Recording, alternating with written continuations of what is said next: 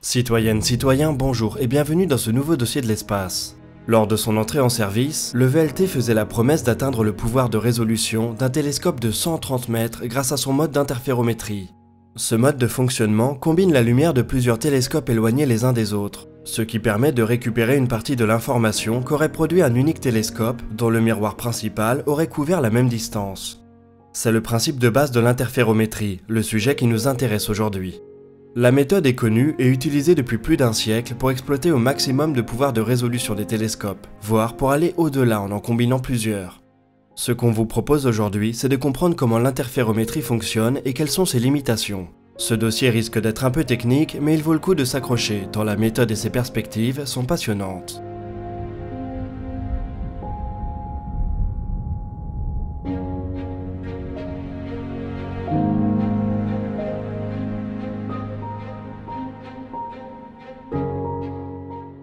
Pour comprendre comment fonctionne l'interférométrie, il va d'abord falloir nous pencher sur la façon dont un télescope produit une image. Ceux d'entre vous qui ont étudié l'optique au lycée se souviennent peut-être de ce type de représentation. Dans ces schémas d'optique géométrique, la lumière est représentée sous forme de rayons. On s'intéresse à leur direction pour déterminer leur point d'intersection. C'est ce qu'on appelle le point focal. C'est à cet endroit que se formera l'image. C'est une représentation pratique, mais qui montre ses limites lorsqu'on cherche à définir le pouvoir de résolution d'un système. Au tout début du 19e siècle, l'expérience des fentes de Thomas Young a montré la nature ondulatoire de la lumière.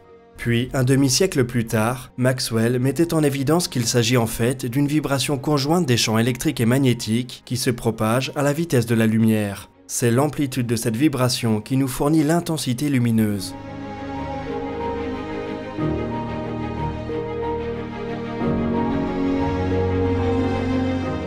Cette théorie nous dicte un modèle différent de la formation des images, l'optique ondulatoire. En optique ondulatoire, on ne regarde plus des rayons, mais un champ en vibration qui remplit l'espace et en particulier la distance parcourue par ces ondes suivant les différents chemins optiques.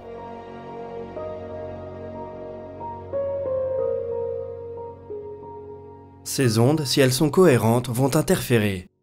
Ces interférences peuvent être constructives, ce qui donnera des franges brillantes, ou elles peuvent être destructives, ce qui donnera des franges sombres. Dans un télescope, on fait interférer une grande quantité de lumière.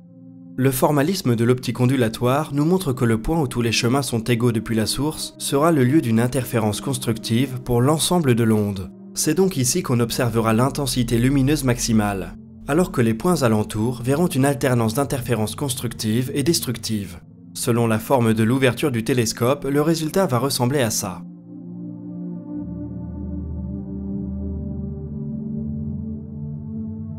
C'est ce qu'on appelle la fonction d'étalement du point d'un télescope. Elle retranscrit la façon dont une source lumineuse ponctuelle, comme une étoile, va apparaître dans notre image finale. Les petits cercles ou autres motifs qui entourent la tache centrale peuvent être vus comme des franges. Un peu comme dans l'expérience des fentes de Young, mais dans toutes les directions à la fois. L'optique ondulatoire nous permet ainsi de comprendre pourquoi même avec le meilleur des télescopes, on n'obtient jamais que des taches floues. On les appelle les taches d'Airy. C'est la taille du cœur de ces taches qui va définir le pouvoir de résolution de notre télescope. Les taches de deux objets très proches vont en effet se chevaucher, les faisant apparaître comme un seul objet sur l'image finale.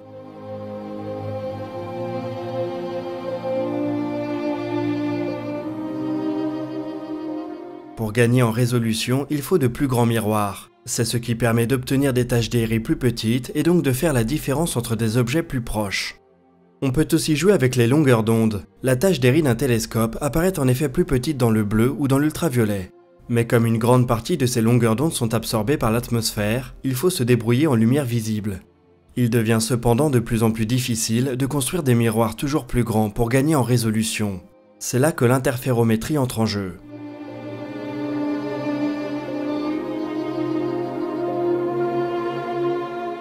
Il n'est en effet pas nécessaire de former une belle image pour récupérer l'information qu'elle contient. En recombinant la lumière de plusieurs miroirs espacés, on accomplit une partie du travail qu'aurait fourni un grand miroir qui aurait cette dimension. Ainsi, deux télescopes espacés de 85 mètres permettent de récupérer une partie de l'information qu'aurait fourni un seul miroir de 85 mètres de diamètre. L'interférométrie ne permet pas de gagner en résolution en affichant des taches d'Airy plus petites. À la place, les images produites par un interféromètre sont parcourues d'un réseau de franges plus ou moins complexe, comme vous pouvez le voir à droite de l'écran.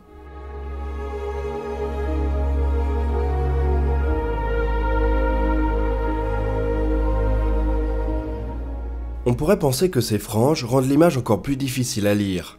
Elles contiennent pourtant des informations très fines. En observant leur contraste, leur netteté, on peut résoudre des objets qui auraient nécessité un miroir immense. On peut retracer l'origine de la technique à une expérience menée par Albert Michelson et Francis Pease dans les années 1920 aux États-Unis. Sur le télescope Hooke, dont le miroir primaire fait 2,5 mètres, ils ont installé une poutre de 7 mètres. Sur cette poutre, deux petits ensembles de miroirs font office de périscope. Ils peuvent être éloignés ou rapprochés sur toute la longueur de la poutre, avant d'envoyer leur lumière vers le miroir primaire du télescope. Ce dispositif permet à Michelson et Pease d'obtenir des images interférométriques, des taches d'aérie parcourues de franges verticales. En faisant varier la position des périscopes sur la poutre, les deux astronomes s'aperçoivent que les franges dans leur image évoluent elles aussi. Plus ils éloignent les périscopes et moins elles sont contrastées.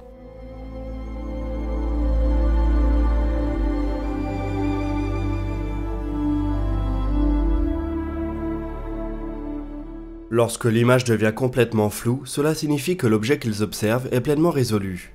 On peut en effet établir une relation mathématique très simple entre l'écartement entre les périscopes, qu'on appelle la ligne de base en interférométrie, et le diamètre angulaire de l'étoile observée.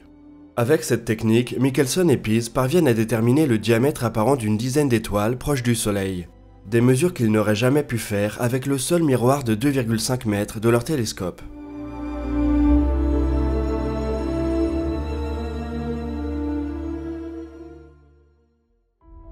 La technique va pourtant tomber dans l'oubli au cours des décennies suivantes.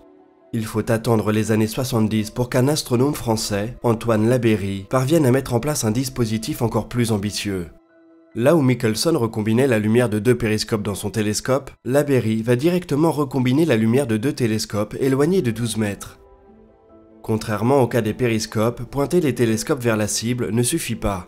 Il faut aussi égaliser les chemins optiques passant par les deux télescopes. Pour orienter ses observations, l'astronome utilise une table de recombinaison mobile. C'est elle qui permet de faire varier la distance entre les télescopes et le point où leur lumière interfère.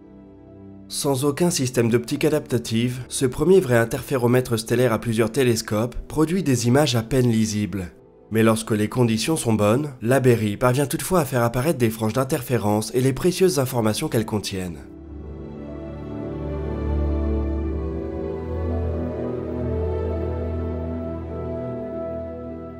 Le principe va être repris et amélioré au cours des décennies suivantes, jusqu'à aboutir au mode interférométrique du VLT.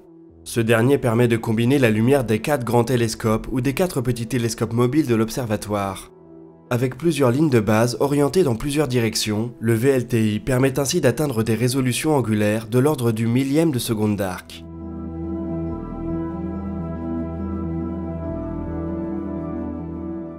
En pratique, l'interférométrie reste un exercice très difficile.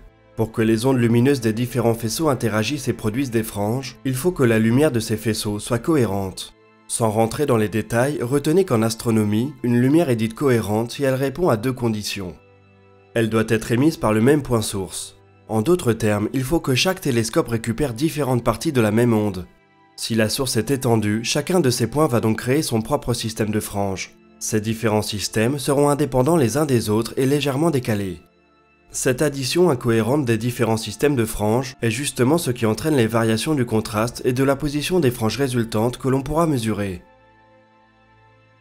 La deuxième condition est que leur longueur d'onde soit identique. À défaut d'utiliser une bande infiniment étroite, ceci impose que la distance parcourue par l'onde sur les différents chemins optiques soit égale à quelques microns près. En dehors de cette petite fenêtre qu'on appelle longueur de cohérence, les franges disparaissent. Pour ajuster la longueur des différents chemins optiques, on utilise donc ce qu'on appelle des lignes à retard. Il s'agit de miroirs montés sur des rails. Ils peuvent être déplacés très précisément pour allonger ou réduire le chemin parcouru par la lumière depuis les différentes entrées de l'interféromètre. De la même manière qu'une monture équatoriale permet de pointer un télescope, les lignes à retard aident l'interféromètre à pointer et à suivre les différents points du ciel. Au cœur des performances d'un interféromètre, on retrouve la configuration de ces lignes de base. Pour rappel, une ligne de base désigne la distance et la direction qui séparent deux télescopes d'un interféromètre. Un système complexe comme le VLTI comprend donc de multiples lignes de base. En voici 3 exemples.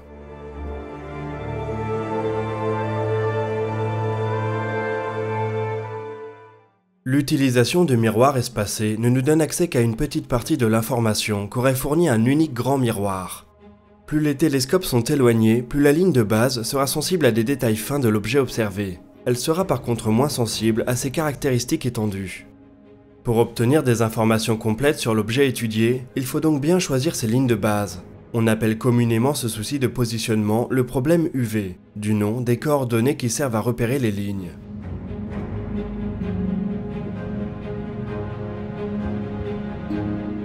Un positionnement judicieux des télescopes est un plus, mais on est également aidé par la rotation de la Terre. Cette dernière va faire tourner la projection des lignes de base au cours de la nuit. L'utilisation de différentes longueurs d'onde fournit aussi dans une certaine mesure des nuances sur la longueur des lignes de base. Enfin, des télescopes mobiles, comme les 4 télescopes auxiliaires du VLTI, peuvent être déplacés d'une nuit sur l'autre, permettant ainsi de compléter l'échantillonnage.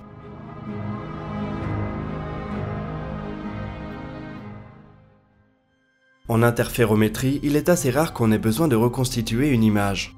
Dans la plupart des cas, on se contente de recueillir les informations des différentes franges mesurées, puis de les comparer à ce qui serait attendu dans des simulations. On peut ainsi mesurer le diamètre d'une étoile, ou la position précise d'étoiles binaires particulièrement rapprochées. Dans le cas d'un objet étendu, la visibilité des franges diminue avec la longueur de la ligne de base. Dans le cas d'une étoile binaire, la visibilité croît et décroît périodiquement. Comme les observatoires à télescope unique, les interféromètres sont affectés par les turbulences atmosphériques. Ces turbulences allongent ou raccourcissent les chemins optiques des différentes ouvertures, ce qui va ajouter du flou dans les franges. Pour pallier à ce problème, on peut réaliser les mesures sur un temps très court, de l'ordre de la milliseconde, ce qui permet de se passer d'optique adaptative.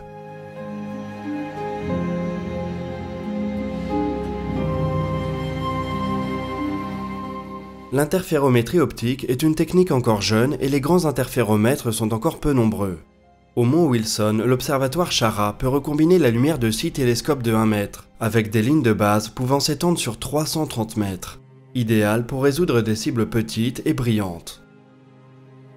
L'interféromètre du Keck ne regroupe que 2 télescopes sur une ligne de base de 85 mètres, mais ceux-ci disposent chacun d'immenses miroirs de 10 mètres, ce qui lui permet de travailler sur des cibles moins lumineuses. Et comme on l'a vu, le VLTI peut recombiner la lumière de ces 4 grands ou de ces 4 petits télescopes, ce qui en fait un interféromètre très polyvalent. L'interférométrie optique a révolutionné l'étude des étoiles. Elle nous permet de mesurer le diamètre angulaire d'étoiles proches et d'estimer la masse d'étoiles binaires. Elle s'avère par contre incapable de détecter les exoplanètes à cause de l'immense contraste en jeu, pour le moment. Mais comme on le verra au cours d'un prochain épisode, on peut extraire d'autres informations des franges d'un interféromètre, et certaines d'entre elles pourront peut-être nous aider à remettre les exoplanètes en ligne de mire.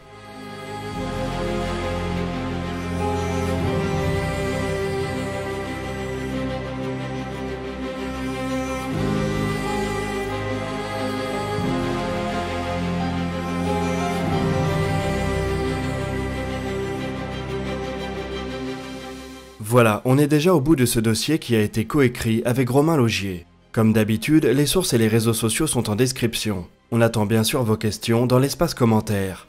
Quant à nous, on se retrouve très vite pour de nouvelles vidéos sur l'actualité spatiale. D'ici là, citoyennes, citoyens, portez-vous bien.